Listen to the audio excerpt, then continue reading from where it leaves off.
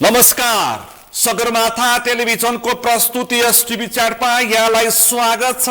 म सुनिल दाहाल। फागुन 21 को निर्वाचनका प्रतिस्पर्धीहरू मैदानमा उत्रिएका छन्। पात्र र एजेन्डा बोकेर मैदानमा उत्रिएका पात्रहरू कसले बाजी मार्छन्, हिसाब किताब सुरु भएको छ। अधिकांश निर्वाचन क्षेत्रमा चार पक्षीय भिडन्त हुने देखिएको छ। नेपाली कांग्रेस, नेकपा एमाले, नेकपा र राष्ट्रिय स्वतन्त्र पार्टी बीच प्रतिस्पर्धा हुने स्पष्ट देखिएको छ। यसपटकको निर्वाचन जेएनजी विद्रोह पछाडिको निर्वाचन हो। निर्वाचनलाई अत्यन्तै महत्त्वको साथ हेरिएको छ र यसपटकको निर्वाचनले अबको संसद कस्तो हुने र कस्तो कानुन बनाउने र कस्ता पात्र चुन्ने भन्ने विषय चाहिँ यतिखेर आम मतदाताको चासोको विषय बनेको छ। नेपाली कांग्रेस रिफर्म भएर मैदानमा उत्रिएको छ। गगन थापाको नेतृत्वको नेपाली कांग्रेसले कति सिट हात पार्ला, समानुपातिकमा कति र प्रत्यक्षमा कति, त्यसको पनि आम नागरिकले हिसाब किताब गरिरहेका छन्। त्यो सँगै नेपाली कांग्रेसको एजेन्डा, किनकि नेपाली कांग्रेसमा एक पुस्ता र एउटा समूह बाहिरिएको छ। त्यसले निर्वाचनको मुखमा, किनकि तत्कालीन संस्थापन पक्षहरूले निर्वाचनको मुखमा गगन थापाका उम्मेदवारलाई धोका र अन्तर्घात गर्छन् कि भन्ने खालको चिन्ता पनि नेपाली कांग्रेसको एउटा किताबमा देखिएको छ। त्यो सँगै गगन थापा भावी प्रधानमन्त्रीको रूपमा प्रस्तुत भएका छन्। काठमाडौँ 4 बाट उनी सरलाई 4 पुगेका छन्।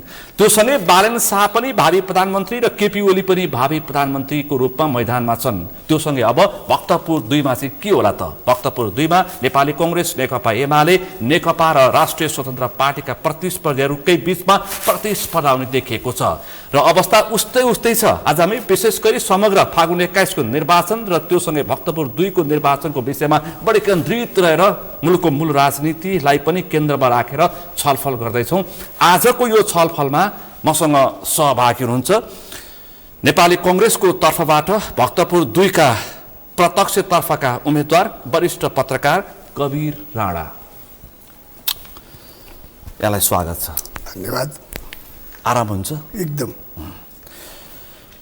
फागुन 21 को निर्वाचनमा तपाईँ भक्तपुर 2 को प्रतिस्पर्धी हैन?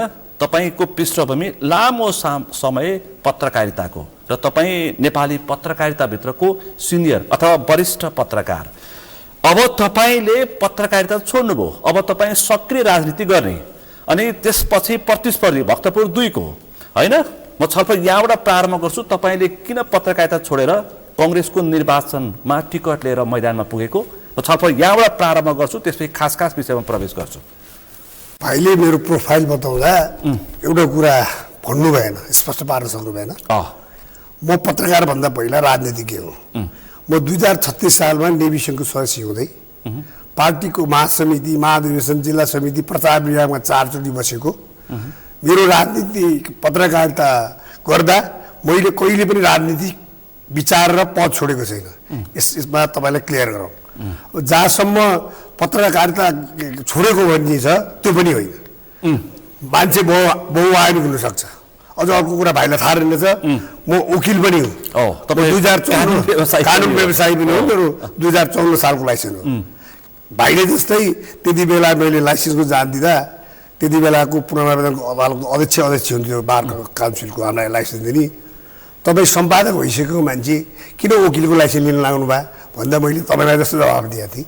मान्छेमा बहुआयामिक प्रतिभा हुन्छ।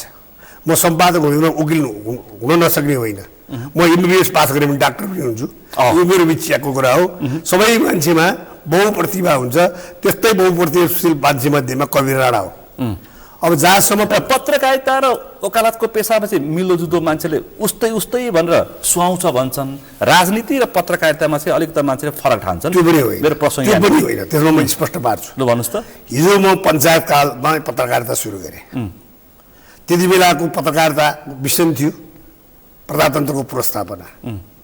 त्यसपछि पनि मैले निरन्तर पत्रकारिता गरिरहेँ, किनभने पत्रकारिता भनेको राजनीतिको वा सरकारको विपक्ष हो, वाचडग हो।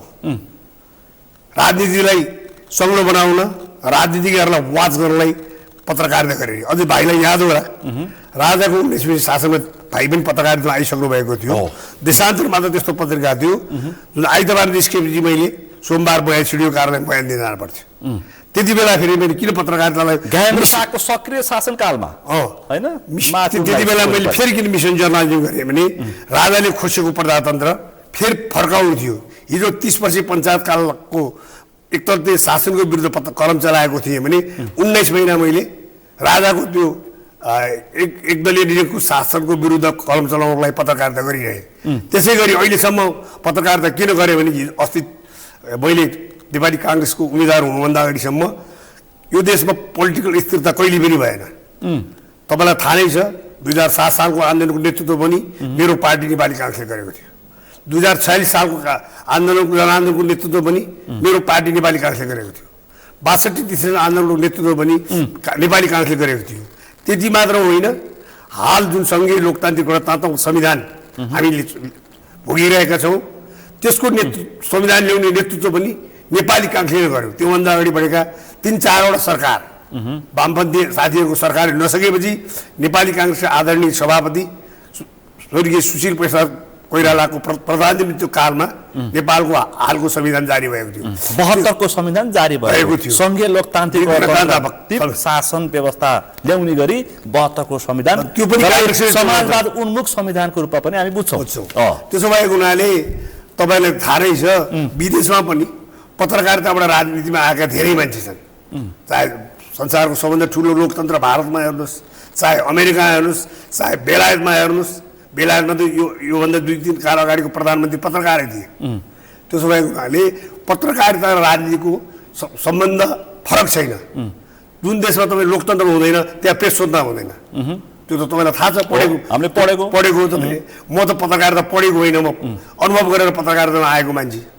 त्यसो भयो भने कहिले पनि कुनै पनि लोकतान्त्रिक मुलुकमा राजनीति र पत्रकारिता अन्याय निश्चित रूपले नङ र मासुको सम्बन्ध छ भन्दा फरक पर्दैन हैन। अब भनेपछि तपाईँले भन्नुभयो मेरो राजनीति र पत्रकारिता सँगै तलमाथि रहँदैन, किनकि एक थरी मान्छे अहिले यो फागुन 21 को निर्वाचनमा धेरै पत्रकारहरू चुनावी मैदानमा छन् र धेरैले चाहिँ पत्रकारिताबाट बिदा लिएर अब सक्रिय राजनीति गरेको उद्घोष गरिरहेछन्। त्यसकारण मैले प्रश्न सोधेको। मैले भन्नु खोजेको के भने मैले गर्ने पत्रकारिता मूलधारको पत्रकारिता अलिक फरक छ। तपाईँलाई याद छ देशान्तर साप्ताहिक हिजो मिसन जर्नलिजम, अहिले पनि देशान्तर मिडिया प्रणाली अन्तर्गत 3टा मिडिया हाउस छ, रेडियो छ, अनलाइन छ, साप्ताहिक पत्रिका छ। त्यो पनि अहिलेसम्म म चाहिँ एकदम स्वतन्त्र पत्रकार एकदम भनिदिएँ। म मिसन पत्रकारिता नै गरेर। तपाईँलाई कङ्ग्रेस निकटको अथवा देशान्तरलाई कङ्ग्रेसको मुखपत्र भनेर पनि बुझ्छन् मान्छेहरूले? होइन, मान्छेले त्यो भन्छन्। देशान्तरले कयौँ पटक काङ्ग्रेसका गलत निर्णयको आलोचना गरेको छ, त्यसको विरुद्ध समाचार प्रस्तुत भएको छ। काङ्ग्रेस पनि लोकतन्त्रको ट्र्याकभन्दा बाहिर जाने, सत्तारूढमा जाँदा, कुशासनमा चुर्लुमा डुब्दा काङ्ग्रेसको विरुद्ध न्युज लेखेको छ। धेरै पटक काङ्ग्रेसको सरकारको विरुद्ध पनि देशान्तरले न्युज लेखेको छ। त्यो तपाईँहरूले सबैले सर्वविदित हो। देशान्तर र कवि राणा कङ्ग्रेसभित्रको सत्ताको विपक्षी हो। एकदम पत्रकारिता भनेकै सत्ताको विपक्षी हो सधैँ। अहिलेसम्म मलाई लाग्छ त्यसरी प्रमाणित भएको छैन। हुनुपर्ने त्यो पत्रकारिता भने वाचडग हो, सरकारको काम कारबाही हेर्ने, जनतालाई सचेत गराउने। तर यहाँको पत्रकारिता सधैँ त्यस्तो देखिएको छैन। झन् अहिले पछिल्लो खालको पत्रकारिता त यो त अब कसरी जवाबदेही अहिलेको पत्रकारिता जवाबदेही छैन, जिम्मेवारी पनि छैन। अहिले त पत्रकारिता होइन, छाडा तन्त्र भइरहेछ। यो पत्रकारिता होइन, यो छाडाकारिता एकदम। अब यसलाई पनि तपाईँ संसद भएर तपाईँ सांसदमा अथवा संसदमा भक्तपुर 2 मा सांसदको रूपमा जितेर आइसके पछाडि यो कानुन बनाउनुपर्छ।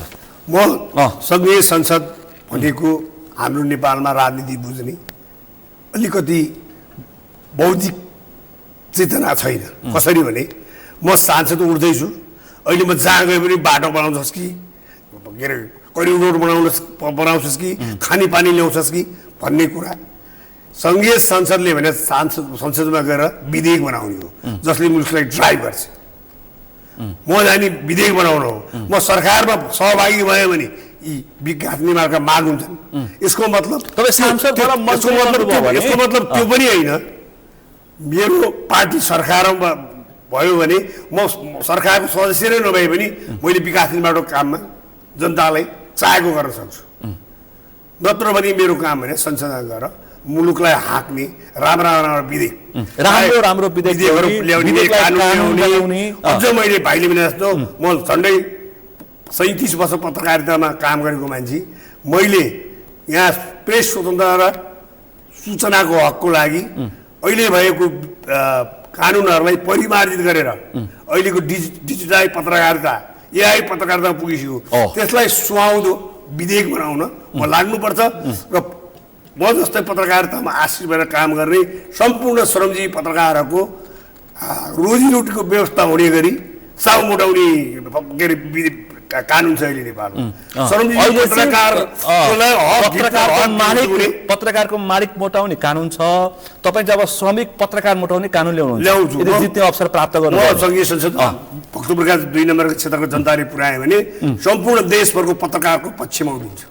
तर राणाज्यू, हाम्रो स्वभाव, हाम्रो मतदाताको माग, भावना अनि सोच, मानसिकता चाहिँ सांसद भइसके पछाडि कानुनभन्दा पनि विकास बढी गर्नुपर्छ, बजेट ल्याउनुपर्छ आफ्नो क्षेत्रमा। बजेट नल्याउने सांसद के सांसद भनेर प्रश्न गर्छन् अथवा त्यस्तो माग गर्छन्। त्यो गर्न सकेन भने चर्को असन्तुष्टि व्यक्त गर्छन्। मेरो जिल्ला भने काठमाडौँ राजधानीसँग जोडिएको जिल्ला, त्यसमा पनि नेपालको सबभन्दा सानो जिल्ला र 47को चुनावपछि 48मा नेपाली काङ्ग्रेसको 3 वर्षको सरकारले यो मुलुकको पूर्वाधार खडा गरेको थियो विकासको लागि। त्यस अन्तर्गत मलाई लाग्छ भक्तपुरमा विकास निर्माणको इस्यु त्यति ठुलो होइन। मेरो क्षेत्रमा एउटा खानेपानीको हाहाकार छ, त्यो मैले सम्बोधन गर्नै पर्छ। त्यसो भने जोडी कङ्ग्रेसको घोषणापत्र लेख्ने क्रम जारी छ, आउला होइन, राम्रै आउला। तपाईँको चाहिँ भक्तपुर 2 को लागि तपाईँको घोषणापत्र चाहिँ के छ? खानेपानी, स्वास्थ्य, शिक्षा भने संविधानमै लेखिएको छ, यो जनताको मौलिक अधिकार हो। तर प्र्याक्टिसमा त्यो भइरहेको छैन। भक्तपुर मात्र होइन, काठमाडौँमा पनि मेलम्चीको भर परेको छ, त्यो पनि बेला बेलाको विवाद, बर्खामा बगाउने, फेरि पानी किन्नुपर्ने छ। भक्तपुरमा त समस्या छैन खानेपानी, नेपालभरिको हो। अहिले 20औं शताब्दी पनि कटेको युगमा हाम्रो नेपालमा हामी विकासबाट विकासशीलतामा जाँदैछौँ भन्छौँ। हाम्रो नेपालको सम्पूर्ण ठाउँमा शुद्ध खानेपानी, उत्कृष्ट स्वास्थ्य र प्रविधिमूलक शिक्षाको विकास हुन सकेको छैन मुलुकभरि। त्यो समस्या मेरो क्षेत्रमा पनि छ। राजधानीसँग जोडिएको उपत्यकाभित्रको निर्वाचन क्षेत्रको सांस्कृतिक निर्वाचन क्षेत्र भक्तपुरमा पनि त्यो समस्या। मेरो क्षेत्रका जनतामा मैले 3-4 वटा काम गर्नै पर्छ। मैले जितेपछि भक्तपुर भनेको देशकै धार्मिक संस्कृतिको धरोहर भएको ठाउँ, कला र सम्पदाको धरोहर भएको ठाउँ, सम्पदाको क्षेत्र हो। सम्पदाको क्षेत्र अनि त्यसलाई संरक्षण गरेर, त्यसलाई संरक्षित गरेर, त्यसलाई पर्यटकीय गन्तव्य बनाउनु छ भक्तपुरलाई एउटा। दोस्रो त्यहाँको खानेपानीको हाहाकारलाई रोक्नु छ। भक्तपुर अझै पनि खानेपानी समस्या छ। सहरीकरण भएको छ तर व्यवस्थित सहरीकरण छैन। त्यसलाई व्यवस्थित सहरीकरण गर्नु छ। हनुमन्ते करिडोर बन्न सकेको छैन। परेको धेरै सांसदहरूले पूर्व सांसदले नारा लाउनु भएको थियो, तर कहिले पनि त्यसमा चुनावको बेलाको नारा मात्र भयो। त्यो बनाउनु छ।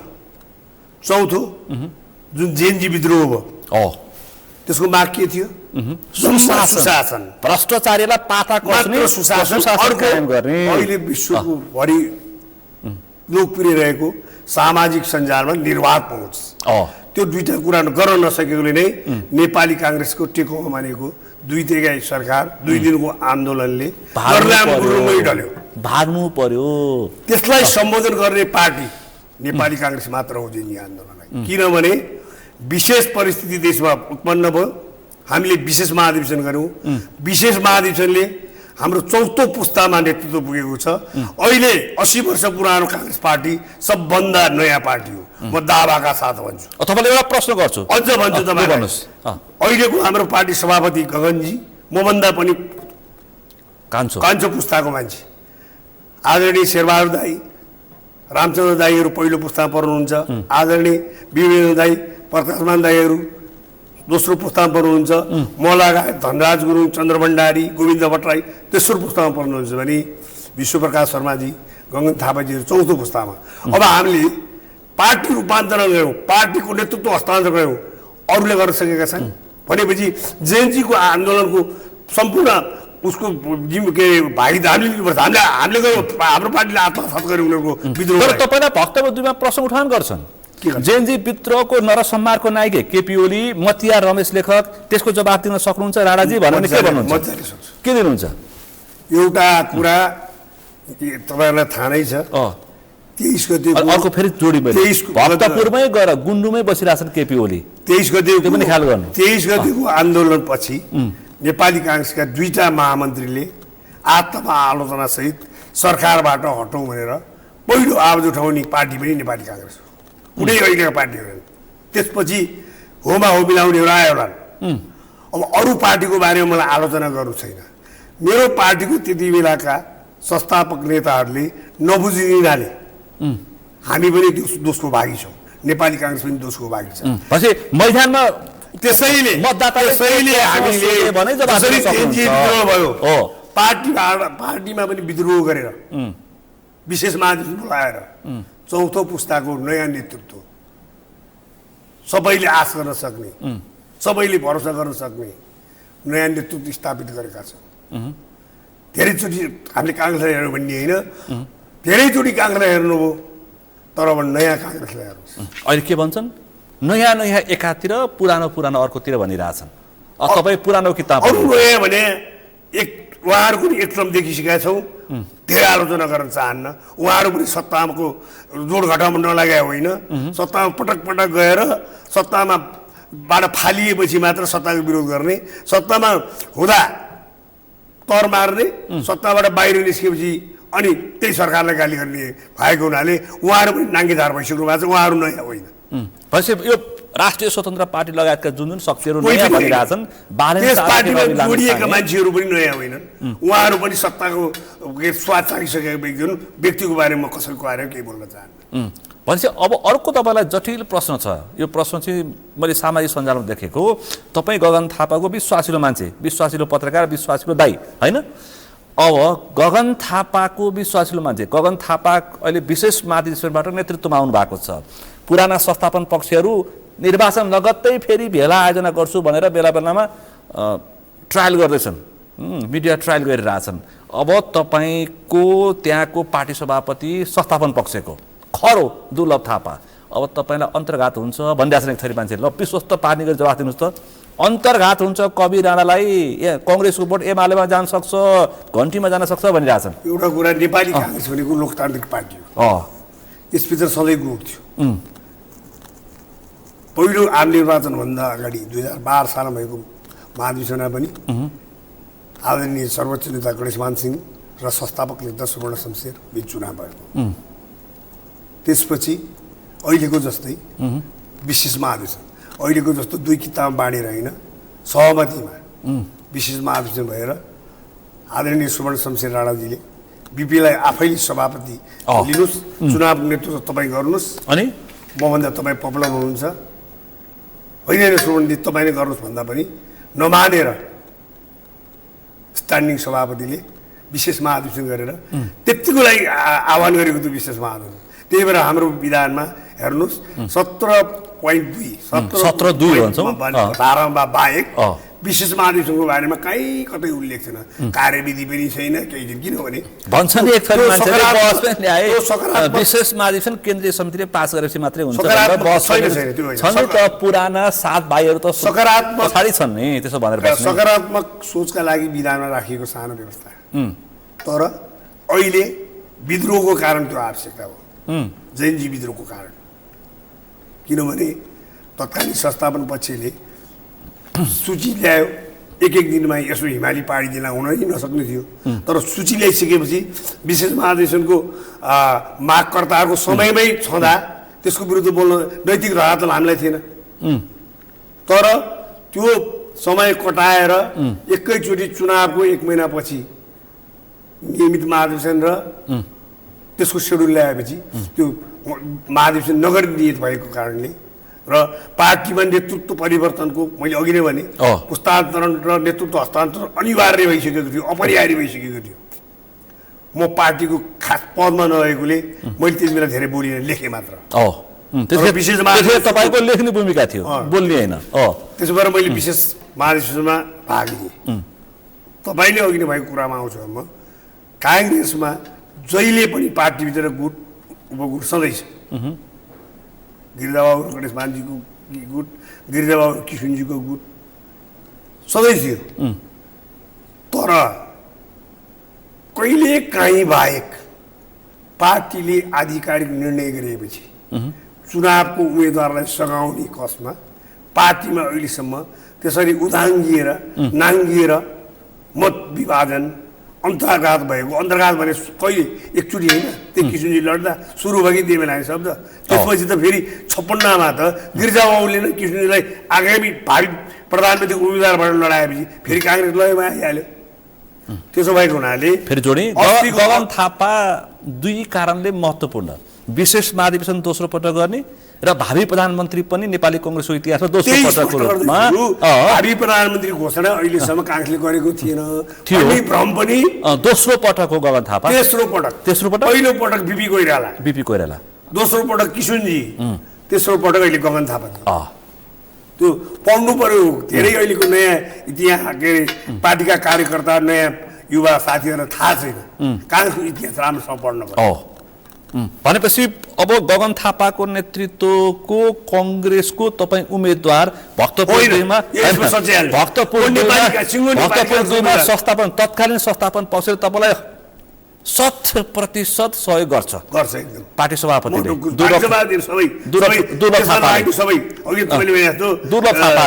विशेष महाधिवेशन पक्षधर भन्दा बढी संस्थापन तत्कालीन संस्थापन पक्षधर भन्नुभयो। भए पनि त्यो अहिले हिँडिसक्नुभयो सबै मसँग चुनावी के अरे कार्यक्रमहरूमा। अब उहाँहरू घर हुनुहुन्छ, पार्टीका आन्तरिक मिटिङहरूमा सबैसँगै हिँड्नुहुन्छ। किनभने कवीर राणा नै हो भक्तपुरमा दुईचोटि दुर्लभ थापालाई पार्टी सभापति बनाउने र अघिल्लो चुनावमा दुर्लभ थापा जति नै खटिएर दुर्लभ थापालाई सांसद जिताउने। म मात्र त होइन, म पनि एक हो। भनेपछि तपाईँले निर्वाचनमा तलमाथि भयो भनेदेखि अन्तर्घात भयो भनेर अन्तर्वार्ता दिनुपर्ने अवस्था आउँदैन, मलाई लाग्छ। ढुक्क छु, यो रेकर्ड हुन्छ, फेरि छलफल गर्न सक्छु तपाईँ, फेरि पनि छलफल सबै 40 दिनमा। अब के त्यो भन्छ कि हुनै नसक्ने कुराको अनुमान गरेर के बोल्न सकिँदैन। है तपाईँको एजेन्डा पनि तपाईँले भन्नुभयो, तपाईँलाई अन्तर्घात पनि हुँदैन भन्नुभयो भनेपछि अब तपाईँको प्रतिस्पर्धी को? नेपाली कङ्ग्रेसबाट तपाईँ, एमालेबाट एमालेमा सचिव होइन, अहिले चर्चित पात्र पनि छन् उनी सामाजिक सञ्जालदेखि सबैतिर। मैले व्यक्तिगत भन्न खोजेको होइन, महेश बस्नेत। अनि फेरि अर्को पत्रकार, अर्को टेलिभिजन पत्रकार राष्ट्रिय स्वतन्त्र पार्टीका राजीव खत्री पनि छन् भने अब दीप शिखा पनि छन् नेकपाबाट नेपाली कम्युनिस्ट पार्टीबाट। अब तपाईँको खास प्रतिस्पर्धी कोसँग? तपाईँको गलत तरिकाले व्याख्या गर्न थालिएको छ अहिले। कसरी भन्नुहोस् त? राजनीति भनेको जनताको मनमा बस्ने हो, नेता भनेको सेवक हो, शासक होइन। मेरो काम भनेको जनता रिझाउने। मैले जनताको मनमा बसेँ, जनता रिझाएर मत माग्ने। जो दोस्रो हुन्छ ऊ प्रतिस्पर्धी हो, म प्रथम हुन्छु, विजयी हुँ। त्यसबाट यसमा प्रतिस्पर्धा भोलि चुनाव जितेपछि अहिले तपाईँको नाम लेखेर सबै साथीहरू बाटा भेटेर अङ्कमार गर्ने, हात मिलाउन सक्ने परिस्थिति बन्नुपर्छ। मेरो चाहिँ चुनाव मेरो मान्यता। अब अरूको बारेमा म को प्रतिस्पर्धी कसले के भन्यो त्यसमा म जान्न। म भक्तपुर 2 नम्बरको क्षेत्रका जनतालाई मेरो व्यक्तित्व 4 दशकभन्दा अगाडिदेखि म राजनीतिमा थिएँ, जेल नेल कुटाइ पिटाइ सब भोगेको, बौद्धिकताको हिसाबले 3टा विषयमा कानुन, म्यानेजमेन्ट र पत्रकारितामा पछिल्लो समय बाचलर गरेको एउटा म बौद्धिक मान्छे हो।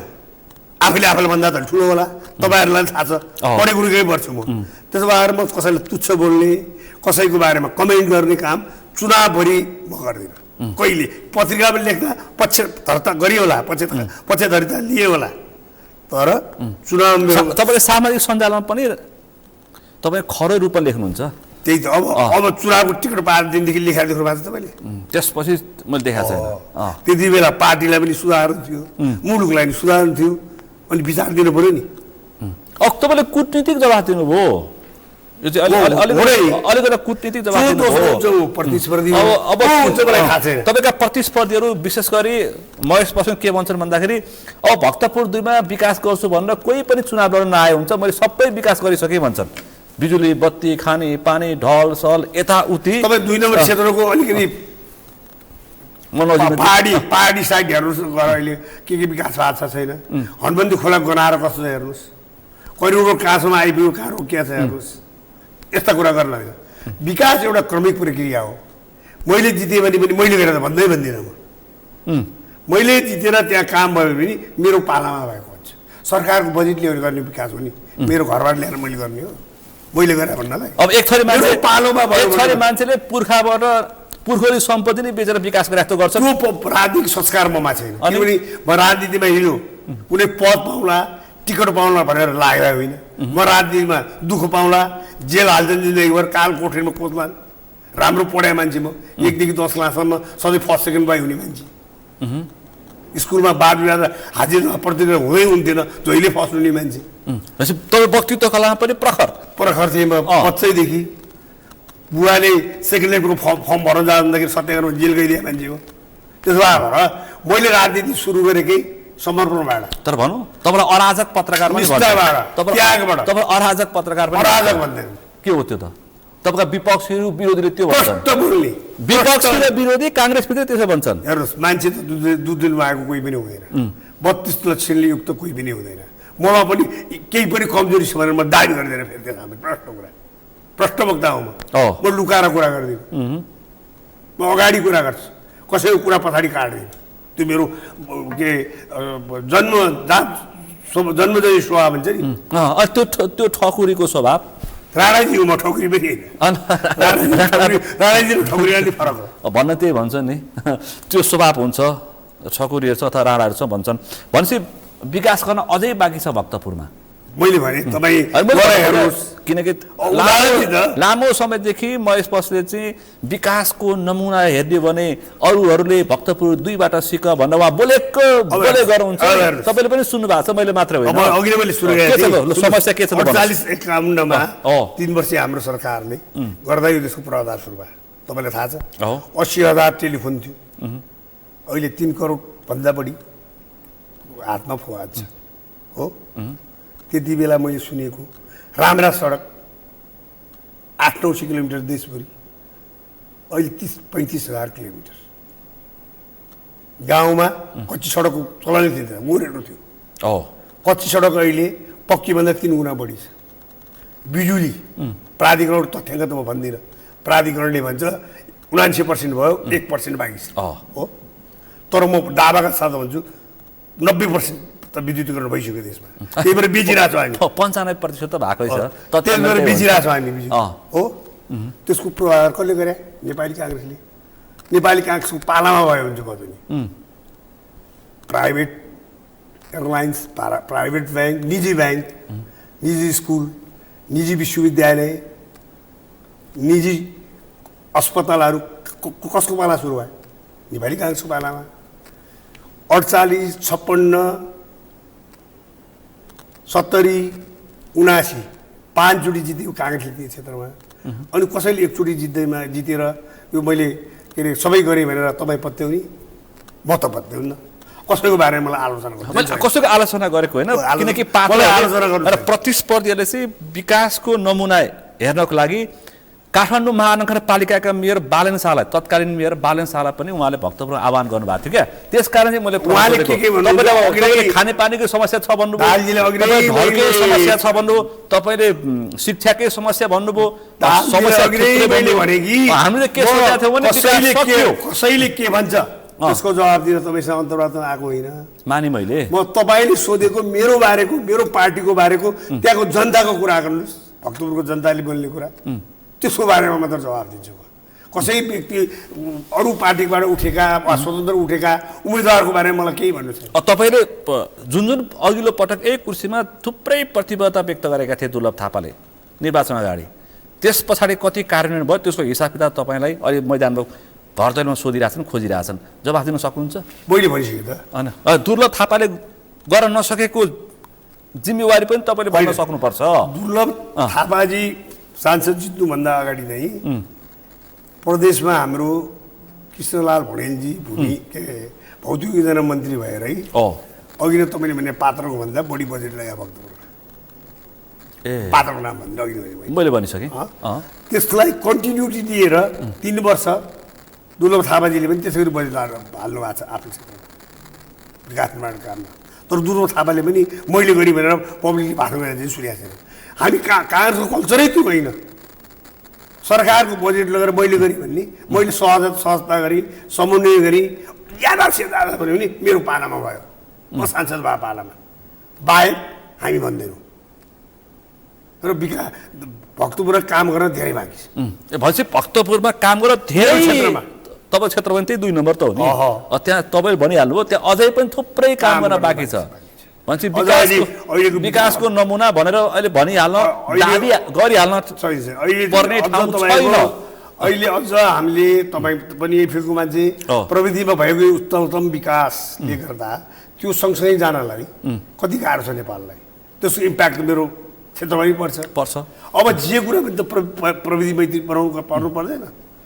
त्यसको लागि त कति लाग्नुपर्छ, मुलुक लाग्नु पर्यो, म लाग्नु पर्यो, सिङ्गो त्यो संसद लाग्नु पर्यो, त्यसले बनाएको सरकार लाग्नु पर्यो। तर सरकार तपाईँले सरकार कुरा गर्नुभयो, गगन थापा भावी प्रधानमन्त्री होइन त? एकदम हाम्रो पार्टीले सर्वसम्मत निर्णय भनिहालेँ नि मैले। त्यति बेला सुवर्ण शमशेरजीको प्रस्तावमा बिपी कोइराला तत्कालीन निवर्तमान सभापति, किनभने त्यति बेला संसदीय दलमा सुवर्ण शमशेर राणाजीलाई पनि उठ्नु भने उक्साउने मान्छे नि थिए। त्यसै गरी 56मा गिरिबाबुले किशुनजीलाई प्रस्ताव गरेर चुनावमा, अहिले त्यसै गरी विश्वप्रकाश हाम्रो आदरणीय पार्टी उपसभापतिको प्रस्ताव र सिङ्गो कार्य समिति सर्वसम्मति निर्णय गरेर गगन थापाजीको नेतृत्वमा नेपाली काङ्ग्रेसको सरकार बनाउने दृढताका साथ त्यो भनेको फेरि तपाईँ यो नबुझ्नु कि हिजो अस्ति जस्तो परम्परागत सरकार भन्ने, त्यो सरकार भनेको जैनजीको माग सम्बोधन गर्न परम्पराको सरकार केपी ओली शेरबहादुर देउवा र पुष्पकमल दाहाल प्रचण्ड राजा नेपाल जस्तोको सरकार भन्यो नि। अहिले त मतदाताले कुट्छन्, पटक्कै होइन त्यस्तो सरकार भनेर त कुट्छन्। दोस्रो जनआन्दोलनपछि 3जना शीर्षहरूको म्युजिकल चेयरमा चलिरहेको देशलाई त्यो परम्पराबाट पनि मुक्त बनाएर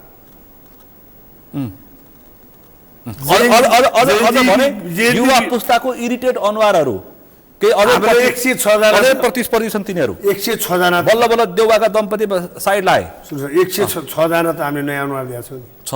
हाम्रो पार्टीको इतिहासमा यो पनि रेकर्डेड हो। भनेपछि जेएनजी पुस्तालाई प्रतित्व गरेको छ एकदम उम्मेदवार छनौट एकदम जेएनजी सभापति। यो गगन थापाजीको सरकार भनेको जेएनजीको माग सम्बोधन गर्ने, जेएनजीको भावनालाई आत्मसात गर्ने, बोकेर हिँड्ने उहाँहरूको जेएनजीको भावनालाई र विश्व अहिले जुन उसमा चलिरहेको छ प्रविधिको नयाँ फड्कोलाई त्यसलाई पनि बोकेर हिँड्न सक्ने सरकार, त्यो भने धेरै चुनौतीपूर्ण छ। तर हामीले हिम्मत गरेर तपाईँको प्रतिस्पर्धी के भन्छन् भन्दाखेरि अब हाम्रो पार्टी अध्यक्ष झापाबाट सिधै जित्नुहुन्छ होइन, केपी ओली प्रधानमन्त्री हुनुहुन्छ, अनि गृहमन्त्री म बन्छु, तपाईँले नाम लिनु पर्दैन, म नाम लिन्छु, महेश बस्नेतले गृहमन्त्री म बन्छु, त्यसपछि भक्तपुरले गृहमन्त्री पाउँछ, विकास र सुशासन त कायपलट हुन्छ, के कवि राणा संसार मन्त्री हुन्छन् सोध्नुहोस् भनेका छन् उनले। जनताले चाहेर त्यस्तो परिणाम दियो भने उहाँहरू सबैलाई शुभकामना छ। किन जनता भनेको जनार्दन मान्नुपर्छ। जनताले गरेको निर्णय नमान्ने कसैमा हिम्मत हुन्छ भन्दा 2 दिनको आन्दोलनले 2/3 एकदम के आधी हुरी बेरी आयो नि हल्लाउन सक्दैन भने सरकारले त गर्नमै हाल्दियो त। 24 घण्टा अगाडि 9 हेक्टरको भूकम्पले छुँदैन कुनै पार्टी भन्ने केपी ओली आफै भाए। कुनै पार्टीको नेतृत्व थियो न कुनै संस्थाको नेतृत्व थियो। जनता थिए, युवा थिए। युवा त्यसमा पनि जेएनजीहरू। तपाईँ युवा हो? म युवाको भावनाको मान्छे। सक्नुहुन्छ प्रतित्व गर्न? किन नसक्नु? गिरिजाबाबु 5 चोटि प्रधानमन्त्री हुँदा त सधैँ म युवा भन्नुहुन्थ्यो, म त भर्खर 50 कट्थेँ, के फरक पर्यो? तपाईँ 23 र 24 गतेको त्यो आन्दोलनको भावनाको उम्मेदवार हो? एकदम। कसरी? मेरो भावना त्योसँग मिल्छ, किनभने म सुशासनको एकदम पक्षपाती, म सामाजिक सञ्जाल निर्वाह चलाउन दिनुपर्छ भन्ने। ती युवाहरूले रातभरि नसुती कमाइरहेको पैसालाई एकाएक नबुझ्नेहरूले रोकिदिएपछि विद्रोह हुन्न? स्वाभाविक थियो त्यो विद्रोह। तर 24 गतेको विध्वंसको चाहिँ म विरोधी। किनभने त्यही आडमा घुसपैठियाहरूले हाम्रो निधिको रूपमा रहेको सिंहदरबार, सर्वोच्च अदालत, राष्ट्रपतिको कार्यालय, संसद भवन लगायत नेताहरूको घर, किनभने राजनीति गर्ने विचार बोक्नेले विध्वंस गर्दैन कहिले। तर 23 गते 17 जना नाबालकको रगत त्यसको त हामीले जिम्मेवारी नाबालकलाई त्यसको त हाम्रो नमारिदिएको भए, केपी ओली र रमेश लेखकहरूले नमारिदिएको भए 24 गते गर्न सक्ने आँट पनि हुँदैन थियो। तर भनेर तपाईँले भन्न सक्नुपर्छ। तर तपाईँले भन्न सक्नुहुन्छ। तपाईँले जसले भन्नुभयो त्यसको भागीदार उहाँहरू हो, म होइन। मेरो पार्टी किन अलिअलि भागीदार छ भने मेरो पार्टीले 23 गते घटनापछि सरकार तुरन्त छोड्नु पर्थ्यो। त्यसो भएको भए 24 गते घटनै हुन्थेन। अनि हो त्यसमा तर भने पछाडि 23 गतेको रगतको जिम्मा पनि लिनुपर्छ। रगतको जिम्मा हामी लिँदैनौँ। हाम्रो पार्टीको दुईटा महामन्त्रीले 23 गते साँझ वक्तव्य निकालेर हाम्रो पार्टी सरकारबाट हट्नुपर्छ भने आयो। तर त्यो समितिमा उहाँहरूको बहुमत थिएन, निर्णय गराउन सक्नु भएन। कुनै पनि संस्था थाहा छ तपाईँले, विधिले चल्छ, विधानले चल्छ। अब विधि र विधानमा सक्नु भएन। विचारले त समर्थन गर्यो जेएनजी आन्दोलनलाई, तुरन्त सरकारबाट हटाउ भने तपाईँलाई जेएनजी पुस्ताले पनि मत हाल्छ। एकदमै स्वीकार छु। उहाँ जेएनजीको भावनाको प्रतिनिधित्व गर्ने अहिलेको त्यहाँ उम्मेदवारै पनि हुँ। सोध्नुहोस् न, उनीहरू अरूले बोलेकोमा र मैले बोलेको के फरक छ हेर्नुहोस् त्यहाँ सरकारमा। तर अहिले भक्तपुर दुईले उस्तै उम्मेदवार पायो भनिरहेछ। महेश बस्नेत, उमेरको हिसाबले कवीर राणा, उमेरको हिसाबले राजीव छेत्री उमेरको हिसाबले अलिअलि अराजक टाइपका तपाईँले भने उमेरको हिसाबले त्यो शैलीका मान्छे नै उम्मेदवार पाइरहेछ। कसले बाजी मार्ला भनिरहेछ। उमेरको हिसाबले उहाँहरू सबै मभन्दा 1 दशक कान्छो हो सबै। अरू स्वतन्त्रताको उठेर थाहा छैन। तपाईँ 4 पार्टीको भन्नु नि म लगायत सबै मभन्दा 1 दशक कान्छो। पत्रकार राजीव खत्री उहाँ पनि मभन्दा कान्छे हुनु जस्तो लाग्छ। धेरै कान्छो तपाईँभन्दा। म चिन्दिनँ उहाँलाई। न्युज 24 मा टेलिभिजन पत्रकार मैले सुने त्यो कुरा, तर मैले उहाँसँग प्रत्यक्ष भेटघाट भएको छैन है अहिलेसम्म जस्तो लाग्छ। अब झुकेर कुनै के अरे भोट माग्दाखेरि त भेटभावी थाहा छैन। तर तपाईँ जस्तो सुनिल बाबुले जसरी चिन्छु म, उहाँलाई म त्यसरी चिन्दिनँ। अब जहाँसम्म तपाईँले उमेरको कुरा गर्नुभयो, अघि नै भने मैले उमेरमा म उहाँहरूभन्दा 1 दशक जेठो छु। भावना चाहिँ मेरो जेएनजी युवालाई छ। म त्यो युवाहरूको माग सम्बोधन गर्न भनेरै उम्मेदवारी लिएको हुँ मैले। र मेरो पार्टीमा त्यो जेएनजी नेता बनाउनलाई म लागेको हो त 6 महिनादेखि। देख्नु भएको थियो नि देशान्तरको मेन न्युज हेडिङ हेर्नुहोस् न। देशान्तरको समाचार, देशान्तर एफएमको न्युज, अनलाइन न्युज, तपाईँको स्टाटस सबै देखाएको छु नि। म त्यो विशेष महाधिवेशन गराउनु भने युवा नेतृत्व ल्याउनु थियो। जेएनजीले चाहेको पनि युवा नेतृत्व, उनीहरूले चाहेको पनि सुशासन। अनि म त्यो बेलामा युवा नेतृत्व ल्याउनु भयो घन्टीको इपी सेन्टरको समयमा होइन लाग्छ तपाईँहरूलाई, मलाई लाग्दैन। हाम्रो पार्टीमा अहिलेको विद्रोह भएर 14औं पुस्तामा नेतृत्व नआएको भए हामी कमजोर थियौँ। त्यो स्वीकार्न म तयार छु। तर अहिले त्यो नेतृत्व आएको 15 दिनमा हामीले टिकट बाँड्नेदेखि लिएर चुनाव प्रचारमा गइसक्यौँ।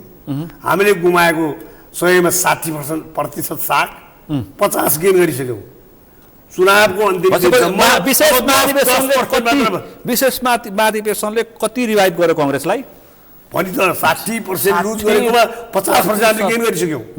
50% प्राप्त गरिसक्नु भयो। अब 10% बाँकी हो। ठोकुवाको साथ भन्छु 10% चाहिँ निर्वाचन सम्भवमा हामी त्यो पनि गेन गर्छौँ।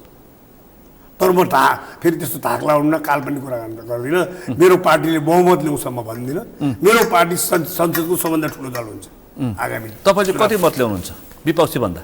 त्यस्तो त जनताले भन्ने कुरामा मैले कसरी अनुमान गर्ने। आजभोलि त सामाजिक सञ्जालमा पनि त्यसको चाहिँ मापन गरिन्छ क्या। अब त्यस्तो हाइसुट अनुमानित कुरा गरेर मलाई हल्को नबनाउनुहोस्। म जित्छु। तपाईँ विश्वस्त? म किन जनताको सेवक, जनताको मन जित्नेलाई म चुनावमा लड्न गएको। केही के अरे झुकिएर के अरे तपाईँकै पार्टीमा बस्नुहोस् मलाई भोट हाल्छु म भन्दिनँ कसैलाई। अहिले त के भन्छ त्यस्तो नि सुने मैले, पार्टी तपाईँकै बस्नुहोस् भोट मलाई हाल्नुहोस्। मन उतै भए पनि मत यता हाल्नुहोस् भनेर म भन्दिनँ। काङ्ग्रेसलाई मत हाल्नुपर्छ। म नेपाली काङ्ग्रेसको प्रतिनिधि हुँ। अब काङ्ग्रेस हामीले नयाँ बनाएका छौँ अनि तपाईँले चाहेको जस्तो बनाएको छौँ। तपाईँ हिजो काङ्ग्रेससँग अलिकति रिसाउनु भएको छ भने पनि एकचोटिलाई माफी गरेर फेरि काङ्ग्रेसमा फर्कनुहोस्। हिजो अघिल्लो चुनाव कहिले काहीँ काङ्ग्रेसलाई भोट हाल्नु भएको छैन भने पनि कुनै बेला काङ्ग्रेस सदस्य हुनुहुन्थ्यो। यो कारणले मैले काङ्ग्रेस म भोट हाल्ने भन्नुहुन्छ भने अहिले हामीले नयाँ काङ्ग्रेस ल्याएको छौँ, नयाँ अनुहार लिएर यो नयाँ काङ्ग्रेस, नयाँ अनुहार, यो नयाँ काङ्ग्रेस, म नयाँ अनुहार हो, तपाईँ नयाँ काङ्ग्रेसको नयाँ अनुहार हो चुनावमा, नयाँ काङ्ग्रेसको नयाँ उम्मेदवार तपाईँ, नयाँ अनुहार हो उम्मेदवार। त्यस भएको हुनाले मलाई एकपटक तपाईँहरूको सेवा गर्ने मौका दिनुहोस्। मान्छेले के भन्ने थिए, कवीर राणा भक्तपुर 2 मा टिकट खोजिरहेछ, अब भाउजूको अनुहार लिएर आउँछ कि रुख लिएर आउँछ भनेर खोजिरहेको थिए सडकमा। अब भाउजूको अनुहार तपाईँले विदा गर्नुभयो, रुखसी लिएर जानुभयो होइन? होइन, मैले विदा गरेँ भन्दिनँ। आदरणीय हाम्रा सबै सम्मानित नेताहरूलाई हामीले अभिभावक बन्नुहोस् भनेर एउटा विधिपूर्ण निर्णय गरिदिएका छौँ। पार्टी रुख भने हिजो बिपी कोइरालाले 15 सालमा चुनाव लड्दा गगन भन्दा कान्छो हुनुहुन्थ्यो, गगनजी भन्दा हामीले पढेको होइन, गगनजी भन्दा नि कान्छो हुनुहुन्थ्यो त। अहिले हाम्रो गगनजी उठ्दाखेरि किन के अरे तिललाई पहाड बनाऊ?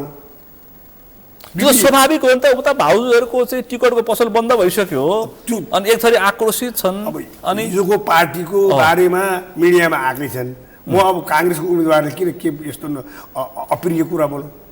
त्यो जनताले भन्छ। सबै हाम्रा उहाँहरूले पनि पार्टीमा त्याग गर्नु भएको छ भने 80 वर्षका 8 दशक लामो पार्टीमा उहाँहरूले पनि लगानी गर्नुभयो नि कहिलेकाहीँ मानव जीवनमा गल्ती कमजोरी त्यसको प्रतिफल चाहिँ उहाँले त्यति लामो योगदान र लामो उहाँको सङ्घर्ष चाहिँ 24 गते पनि भेट्नुभयो।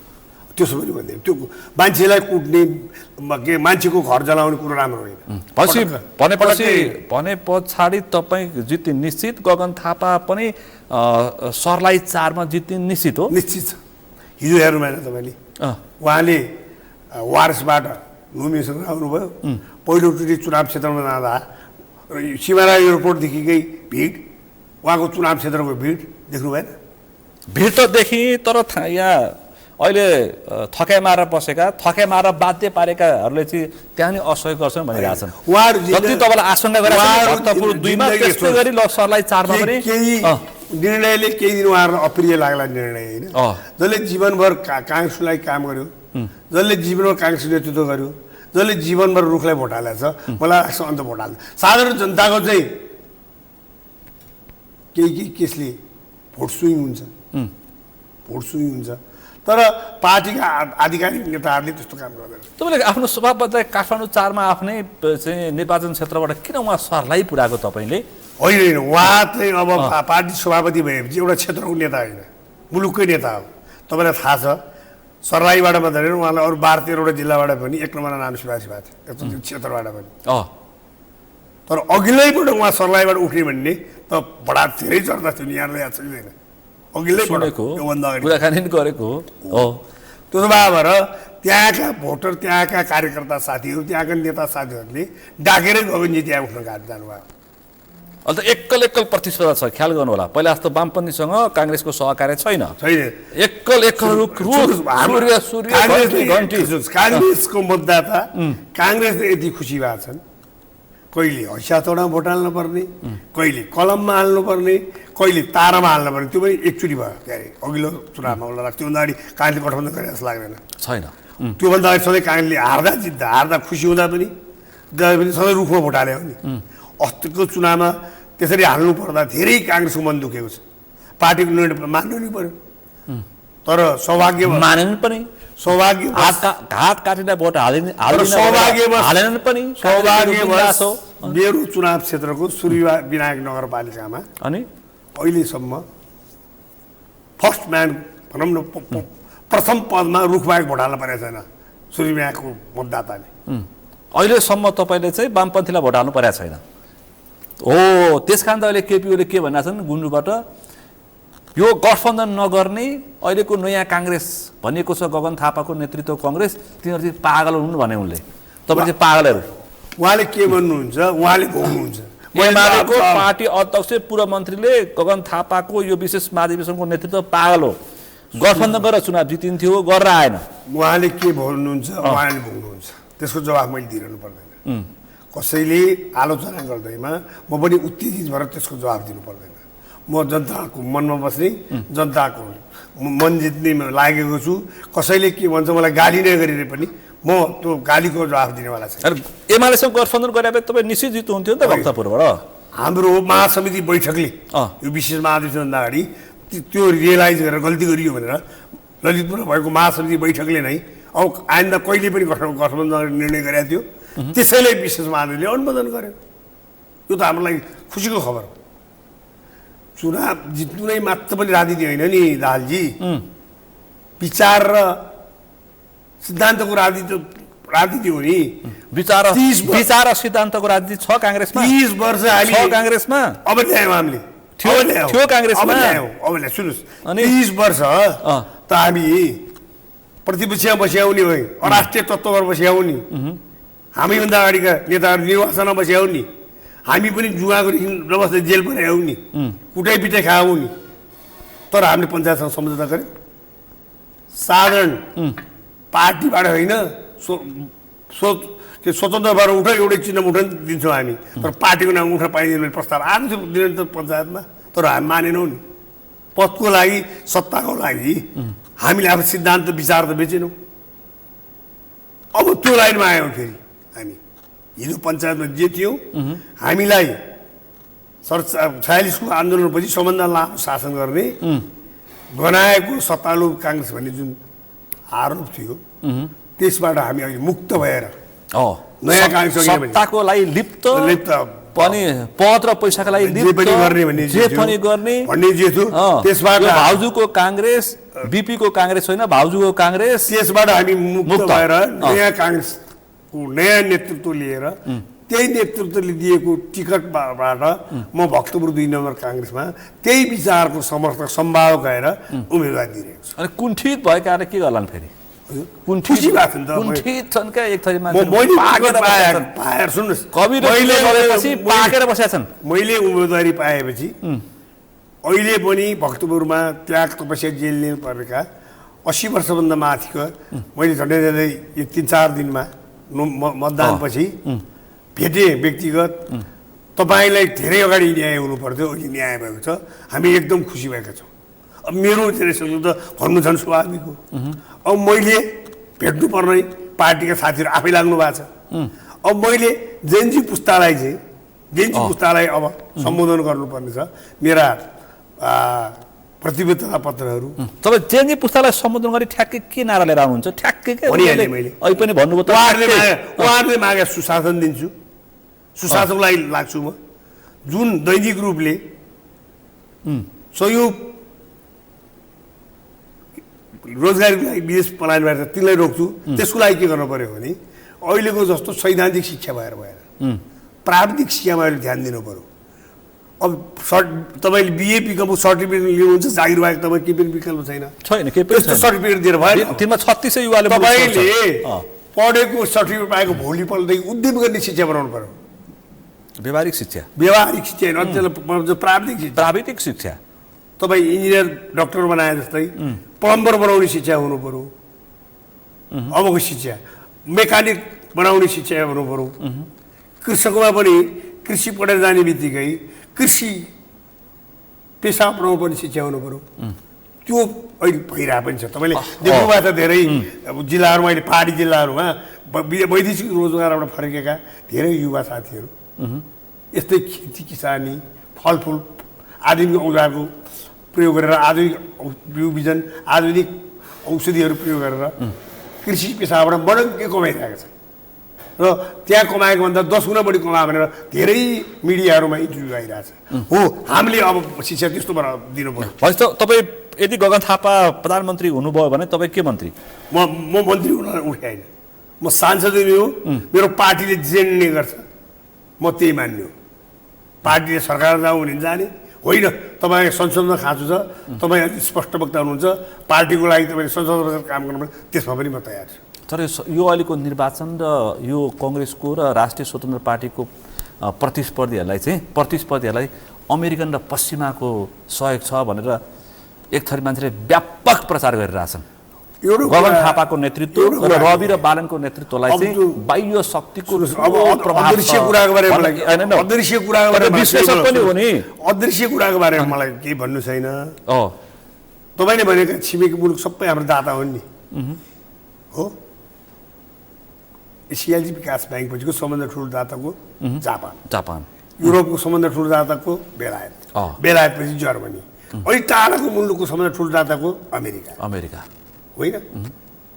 अब दातालाई यसरी आरोप लाएर अब फेरि संसार ग्लोबलाइजेसन छ अहिले, कुनै पनि मित्र राष्ट्रहरूसँग सम्बन्ध बिगार्न कुनै पार्टीले चाहन्छ, चाहे छिमेको भएका दुइटै भीमकाय मुलुकहरू र केही वर्षपछि अमेरिकाको अर्थतन्त्रभन्दा अगाडि बढ्ने सम्भावना भएका मुलुकहरूको विकास गाली गरेर त्यो त तुच्छ राजनीति हो। उहाँहरूलाई त जतिसक्दो फकाएर हामीले उहाँहरूसँग सहयोग लिने हो, चाहे चाइना होस्, चाहे भारत होस्, चाहे टाढाको अमेरिका होस्, चाहे युरोपको बलवान अहिले युरोपमा सबभन्दा ठुलो इकोनोमिक देश जर्मनी होस्। अब तिनलाई सहकार्य गर्दा एजेन्ट भन्ने त्यही भन्छन्, त्यो म बुझ्दिनँ। अब त भित्री अध्यक्ष कोठामा गर्ने खेल मलाई थाहा छैन। मलाई चाहिँ नेपाली काङ्ग्रेस र यो देशलाई सबै तपाईँ पनि त सूचनामा विश्लेषण गर्ने मान्छे हो नि, होइन मैले अहिलेसम्म देख्नु भएको छ त्यस्तो लेखेर न्युज देख्नु भएको छ। तपाईँ पनि एउटा राम्रो विश्लेषक हो, होइन अनि यत्रो आरोप लगाउँदाखेरि तपाईँ टकटकेर हिँड्न पाइन्छ। तथ्यगत कुरा नभइकन, पुष्टि हुने कुरा नभइकन, प्रमाण नहुने कुरालाई कसैले लागेको आरोपलाई चाहिँ मैले समाचार भन्दिनँ। भनेपछि कुनै पनि प्रभाव र दबाब छैन यो चुनावमा, यो सरकारमा। यो सरकार पश्चिमाले बनाइदिएको हो, यो सरकार अमेरिकाले आन्दोलनको भावनामा बने सरकार हो। पात्रहरू के भए, अब त 3-4 जना जो छोडेर गए, ती फाउन्डेसन जोडिएका मान्छेहरू, फाउन्डेसन जोडिएका मान्छेहरू के देखियो भने पूर्व मन्त्री भएर गयो भने चुनाव जितिन्छ भन्ने भावनाले उहाँहरू के अरे जानुभयो सरकारमा। त्यसमा चाहिँ उहाँहरूको लुब्धपन र जेएनजीहरूले पनि त मान्छे चिन्नु रहेनछ नि त पात्र चयन गर्नमा। उहाँहरूकै सिफारिसमा भने सुन्छु यी मन्त्रीहरू कवीरज्यू जेएनजी भनेको त तपाईँ हाम्रा उमेर समूहका भाइ बहिनी हुन्। त्यही त, तर उहाँहरूले भित्री भोटिङ सोटिङ गरेर बनायो भन्ने सुन्छु त ती मान्छेहरूलाई पनि, ती पात्रहरूलाई पनि। भनेपछि अहिलेको यो निर्वाचन पत्रकारको निर्वाचन त्यसो भए कसको? पत्रकारहरूको निर्वाचन। कस्तो पत्रकारको? तपाईँ पत्रकार, तपाईँसँगै प्रतिस्पर्धी पत्रकार, जगदीश खरेल पत्रकार, ऋषि धमला पत्रकार, महेश्वर दाहाल पत्रकार, म देशान्तरको सम्पादक पत्रकार प्रतिस्पर्धीसँग यतिखेर म देशान्तरको सम्पादक हुँदाखेरि पनि जहिले पनि पार्टीको पोस्टमा छु। अनि मैले त्यो माने, तर त तपाईँलाई छुट्याएर काङ्ग्रेस भक्तपुरको तपाईँलाई कवि राणा भनेपछि पत्रकार भन्छन् क्या? त्यो मेरो पेसा हो, कङ्ग्रेस भन्दैनन्, प्रोफेसन हो त्यो मेरो। राजनीति चाहिँ प्रोफेसन भन्दिनँ म, राजनीति भने सामाजिक सेवा, पत्रकार त मेरो प्रोफेसन हो, राजनीति भने चाहिँ सामाजिक सेवा। अहिले भक्तपुरमा सोध्यो भने काङ्ग्रेसको उम्मेद्वार को भने एउटा सिनियर पत्रकार कवि राणा भन्छन्। त्यो मेरो अनि पहिचान त्यो पनि हुन्छ, त्यो मुख्य चाहिँ होइन। अहिले जनता त्यही पार्टीका साथीहरूले नेपाली काङ्ग्रेसको वरिष्ठ नेतै भन्छन् त मलाई। पार्टीमा भन्दैन, आम मान्छेले के भन्छन्?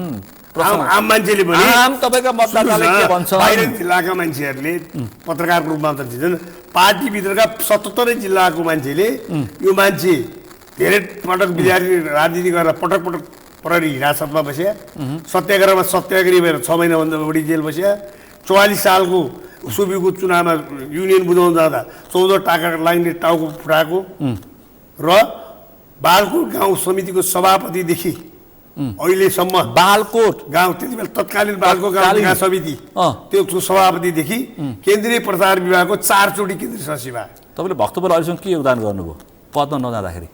पदमा नपुग्दाखेरि भक्तपुरलाई के योगदान गर्नुभएको छ? म पदमा पनि थिएँ, त्यो भन्नु बिर्सेँ। कुन चाहिँ? म 49 सालमा पहिलोचोटि स्थानीय निकायमा दिव्येश्वरी, अहिलेको लोकुन्थली दिव्येश्वरी भन्छन् त्यसले, मध्यपुरको 3टा वडा पर्छ र बालकोट सूर्यविनारायणको 2टा वडा पर्छ। त्यहाँको जिल्ला विकास सदस्यमा इलाका सदस्य भन्थे 13 जना पदाधिकारीमा 4 जना काङ्ग्रेसले जिते पनि मेरो क्षेत्र मात्र होइन, सोध्नुहोस् त तत्कालीन, अहिले अति सब बुढापाका भइसके, तत्कालीन भक्तपुरमा मैले धेरै विकास निर्माण काम गरेको छु, 1 नम्बर क्षेत्रमा पनि, मेरो क्षेत्र मात्र होइन 1 नम्बर क्षेत्रमा पनि। त्यति मात्र होइन, हामी जिल्ला विकास समितिमा जाँदा जिल्ला विकास समितिको आन्तरिक कोष 3 लाख रुपियाँ थियो जम्मा। हामी 54मा जिल्ला विकास समिति छोडेर हिँड्दा आन्तरिक कोष 3 करोडभन्दा बढी पुऱ्याएर हिँडेको मान्छे त्यतिखेर विकास निर्माणको उदाहरण पनि त्यति बेलाको मान्छे अहिले पनि कवि राणाले झल्झै सम्झिन्छ। त्यसबाट मैले म गरिबै मेरो पालामा भयो भने भन्छु म चाहिँ म जिल्ला विकास सदस्य हुँदा भन्छु तपाईँ जिल्ला विकास समिति मैले गरेँ भने सदस्य कहिले हुँदाखेरि? मैले गरेँ भने कहिले भने अब गएर अनि त्यसपछि म अन्तिममा छु अनि म अन्तिममा छु। त्यस पछाडि पत्रकारितामा कलम चोप्दाखेरि तपाईँले भक्तपुर 2 लाई कति न्याय गर्नुभयो अथवा भक्तपुरलाई? होइन, पत्रकारिता त मेरो भक्तपुरको विकासको लागि स्थानीय कुराहरू पनि उठाए होला, विकास निर्माणका कुराहरू त्यहाँ के अरे विकास निर्माण गर्दा गएको भ्रष्टाचारको विरुद्ध पनि लेखेँ होला। लेख्नै पर्छ, भ्रष्टाचार त म सुसाधन पक्षधारी। विशेष त म पत्रकार भने चाहिँ लोकतन्त्रलाई बचाउनको लागि हो, प्रेस स्वतन्त्रतालाई बचाउनको लागि हो, भ्रष्टाचारलाई पाखा लगाउनको लागि। मेरो पत्रकारिताको गुरु किशोर नेपाल अहिले पनि पत्रकारितामा सक्रिय हुनुहुन्छ, उहाँलाई सोध्नुहोस्, मैले उहाँबाट र उहाँलाई मलाई पत्रकार बनाइदिनु पर्छ भनेर म पत्रकारिता पढाइनँ किनभने हाम्रो आदरणीय नेता जो चाहिँ प्रजातान्त्रिक योद्धा तथा 15 सालको पनि सांसद, 48 सालको सांसद, मन्त्री पनि हुनुभयो जगन्नाथ आचार्यज्यूले ल किशोर बाबु यो एकदम तेजिलो केटो छ, यसलाई पत्रकार बनाइदिनु पऱ्यो, पार्टीमा त काम गरिहाल्छ, मेरो लागि पनि राम्रो हुन्छ, भक्तपुरको लागि पनि हुन्छ। त्यसरी पत्रकारितामा गएको मान्छे।